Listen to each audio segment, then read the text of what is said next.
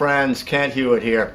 You know, I wanted to invite you into my home this evening to talk about something that's important to me, and it has to do with telling my story.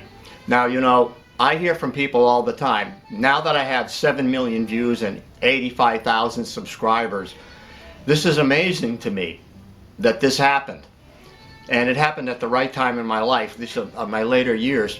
You know, and I wanted to tell you a little bit about my story because people write to me and they tell me their story, and I really appreciate hearing from my subscribers or people who watch my videos and somehow they have benefited from them to a point where they want to write to me, they want to thank me, they want to tell me their story, and I always try to respond and write to them. Well, you know, I started out in a family, I guess we were sort of like basically middle class, you know, Americans, and we had a lot of privileges back in the 50s growing up. And when I got to be about 16, I had already played piano for a number of years. My mother started me out. She was a classically trained pianist. My father was a singer, and my mother got me into taking piano lessons, more traditional style. And something, first thing I heard was Firehouse Five playing, you know, Dixieland. And something clicked with me, you know, it kind of, something happened, it changed my life, it clicked. And then I heard Dizzy Gillespie or Thelonious Monk and Bill Evans after that, and some friends influenced me to listen to these recordings. And then I went down to a drugstore one day and I saw this magazine there called Downbeat, and I opened it up and I looked at it and I read all about jazz musicians, and I said, wow, I have to check this out. And there was a record store in the adjacent town to us called New London, and I went in there and there was a lady named Mrs. L, and she showed me these recordings. And back in those days you could go back into the back room and you could listen to the record in a little booth and check it out. So I checked out this Bill Evans record, and wow, you know, and like I just bought this record and I started listening, and it captivated me. And like I was around 18 at the time and had a couple of buddies that I was playing with in a band, and they said, well, you know, Duke Ellington is going to be playing at Ocean Beach in New London this weekend. This summer weekend, we have to go out there. So I went out there, and it was the first big band I heard, live music. And when the saxophone players got out there and played a solo, I think it was Frank West, or yeah, it was the great tenor saxophone players. And I heard a saxophone solo, and I heard this band, and we were sitting right up in front. We were actually standing. It was a dance hall, so we were standing, and I heard this music. I was so taken with it. It changed at that moment I had a change in my life. I said, I need to understand what's going on here. I need to understand this music. So what happened was I was confused. I was 18 years old. I didn't know what to do. I had been sent to prep school. My parents wanted me to get into college, so I went to Boston University. First Bryant College, but I studied business. Now I really struggled through that, and it was my music, playing piano, that got me through all that. But being the kind of person I was and coming from the family, my father was a bank examiner, I was not going to give up on something. So I stayed with the business career, then business career pursuit, and got my degree in business, went out into the banking world, had a job in Hartford early on at Society for Savings. I did that for a year, and it just seemed like I was so bored. I was struggling with that. I just couldn't find who I was. I didn't know who I was. So I finally quit that job, and I said, I'm going to go out west, and I drove out west. My first car was a 1967 Volvo. Back in those days, you could buy a car for $2,800. I drove out west and got into a blizzard in going out in the Rockies. Saw this amazing country that we have in America, this incredible country, driving out west by myself. I had it rigged up so I could sleep on a sleeping bag in my car. Got out to California, met up with my buddy. This was around I'm going to say 1969, and during the Vietnam War protests. So we got to see some of those things. I said, well, LA isn't for me, and I went up to San Francisco. I was struggling. It was the lowest point in my life. I didn't know who I was. I didn't have any money. I was downtrodden. I had to try to just survive and find some kind of a job. So I got a job in a department store called City of Paris. First I was in sales, selling TVs, and then I got into the record department. That's something I could relate to. And then I had a big fight with my roommates because I was living in this cheap pad and so on, and they were, you know, certain type of people that didn't agree with me and so on. I got into that situation, and I realized I'm on the wrong track here. I need to figure out who I am, and I can't figure out here on the West Coast. I got to go back to the East Coast and take up music. Fortunately, I had met this wonderful family of artists, and I had a place to stay, and so I went back to school. I went to UConn. I got a scholarship there to study music, and about 4 years, 5 years, 6 years later, maybe, I got my degree, and I moved to Hartford. You know, I was living on the coast in Connecticut. I moved to Hartford, and through a variety of situations, I got involved with a lot of great players, musicians, and I got into a house band at a jazz club in which they brought in some name people like, well, Phil Woods, like Clark Terry, you know, Clifford Jordan, Kenny Burrell, Zoot Sims. I got to play with a lot of these people during that period of time in my life, and that really changed my life because here I was playing with some of the great stars of jazz and learning from them. I mean, Jimmy Heath sat me down during a break and he showed me the changes to Round Midnight, the correct changes, you know. And these people, you know, were really kind to me. You know, I had played prior to that in an Elks club, and I was the only white kid in the club, and I was accepted. You know, so I learned about acceptance, you know, for whoever you are, no matter what your race or color is. So I love jazz for that reason, that it got me into that kind of mental state. And you know, my buddies who were into jazz said, well, you got to get some new digs. You gotta, if you're gonna be hip, man, you gotta dress like a hip cat, you know. It really wasn't me, but I could somehow create that persona.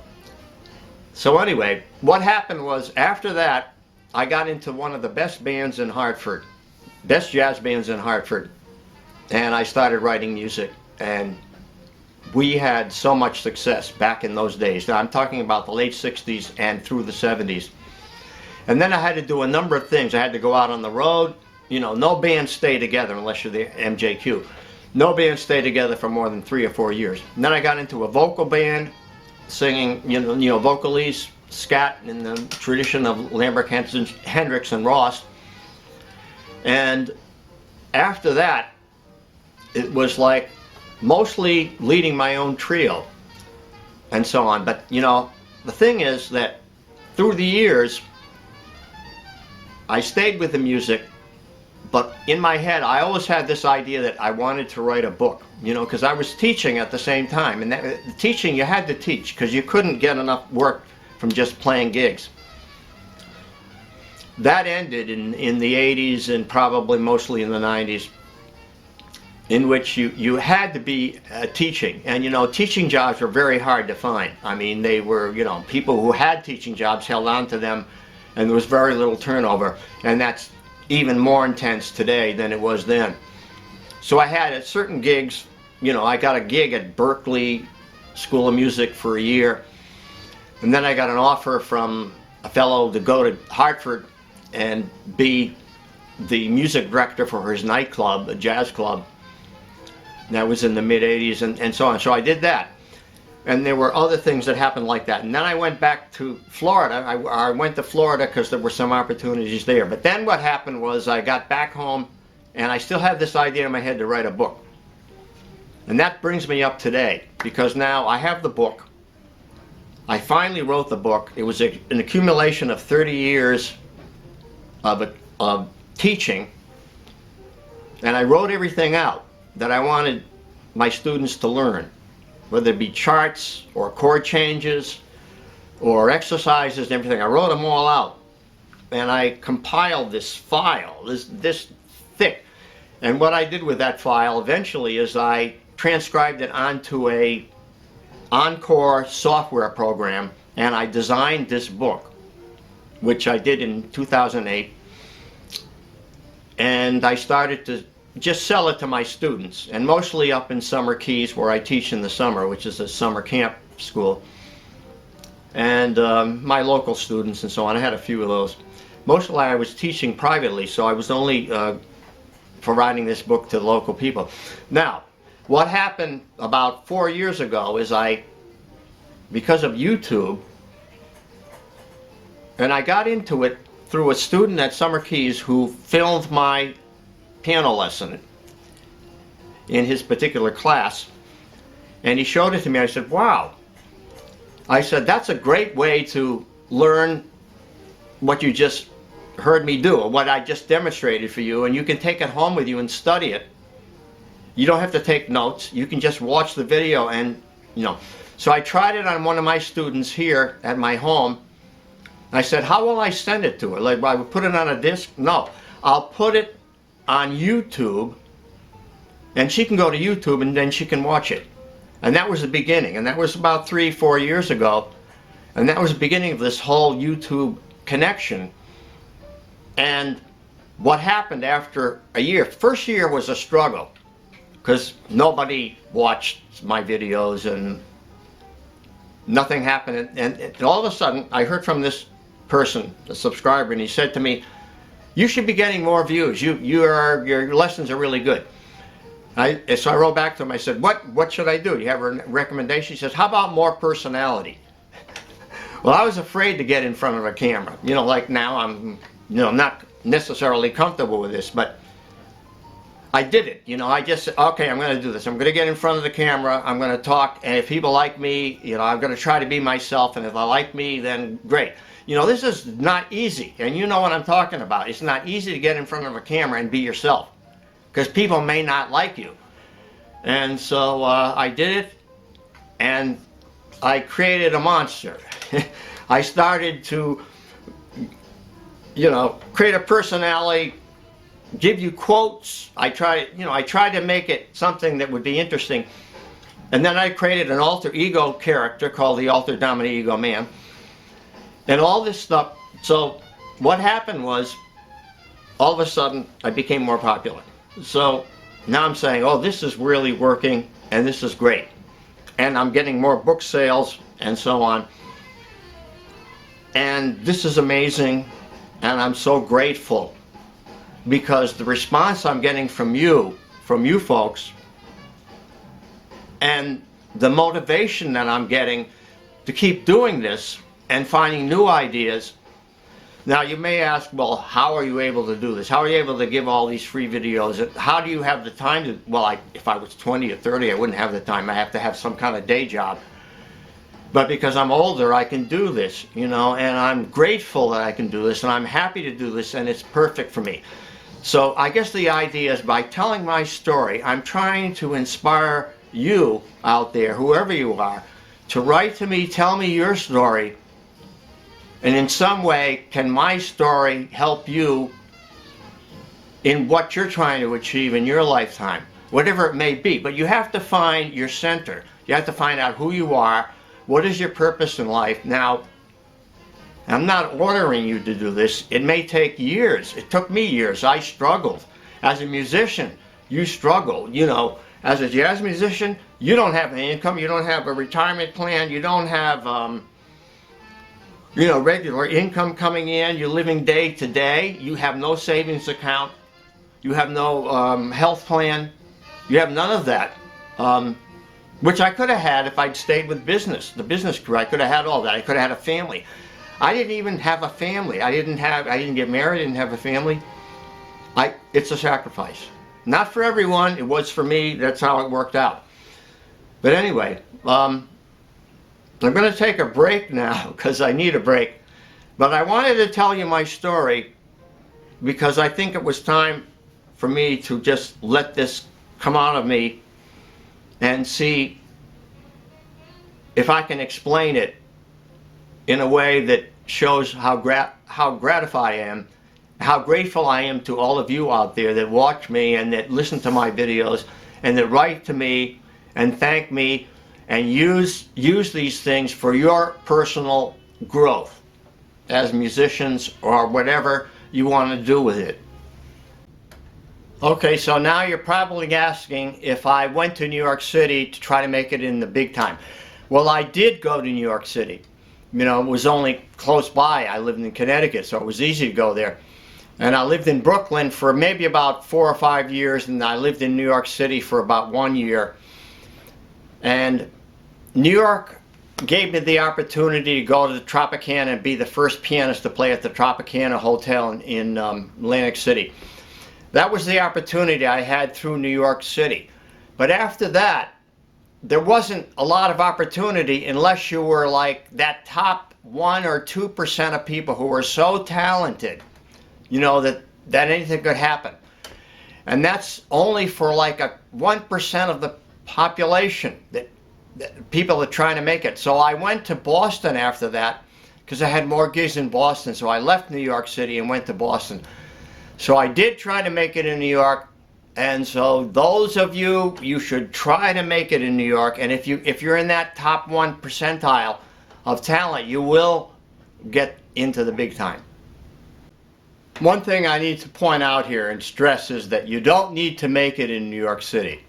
In other words, if that's your goal, you know, to make it in the big time, and you're not going to be happy unless that happens, then probably you need to make it in New York City and make the big time, or you're not going to be happy. So if you decide that, you know, but the thing is, you have to relinquish that, because only this 1.2% of the population are going to make it big time, and you need to be happy.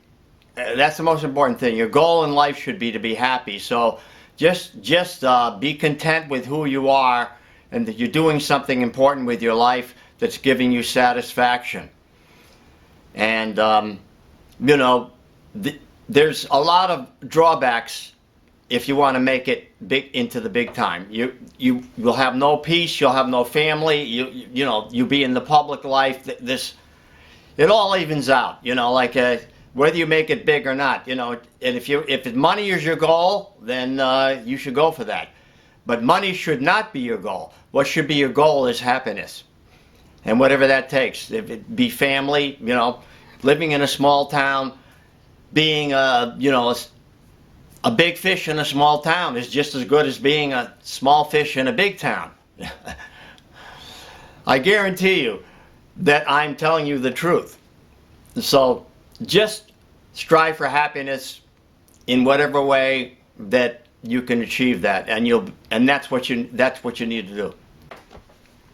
Continuing, I hope I come off sincere, because I really am.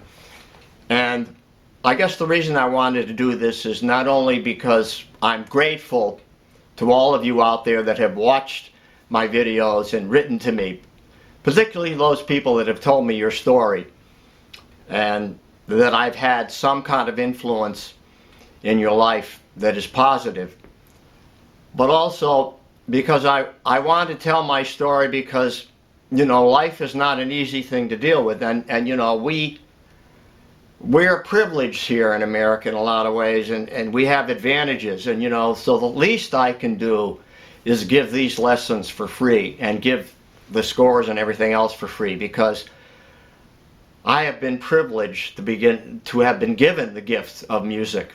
Anyone that has that should understand it and appreciate it, and I'm sure you do. And if what I'm saying to you, what the story that I've told you influences you in a way that is going to make your life better, then God bless you, and please write to me and tell me.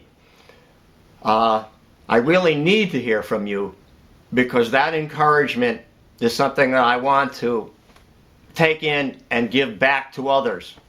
That's what it's all about. When you reduce everything down to the bottom line, it's all about love. Really, that's what it is. It's about love and giving it to the world. And thank you so much. I'm so grateful.